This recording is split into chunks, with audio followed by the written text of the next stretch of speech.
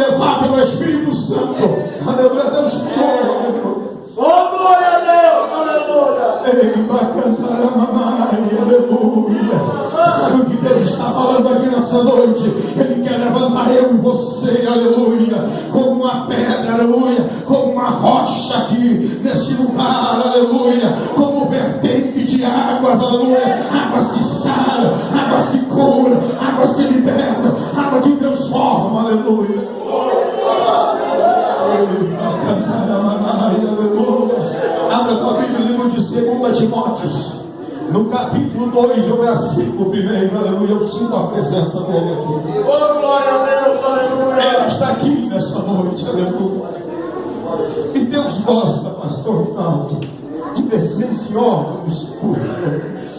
Oh, glória a Deus. Aonde há isso, no culto, a presença de Deus se manifesta de uma coisa gloriosa e poderosa, aleluia. Glória a Deus, aleluia. Onde há ordem, decência, temor e tremor de Deus dentro da sua casa, Deus é apaixonado por estas pessoas. Oh, glória a Deus. E tem esse sentimento dentro dele, aleluia. Livro de 2 Timóteo, capítulo 2, o versículo 1, assim. Tu, pois, meu filho, fortifica-te na graça que é em Cristo Jesus Cristo, e que de mim, entre muitas testemunhas ouviste. Confio a homens fiéis, que sejam idôneos para também ensinarem os outros. Sofre, pois, comigo as aflições, como bom soldado de Jesus Cristo.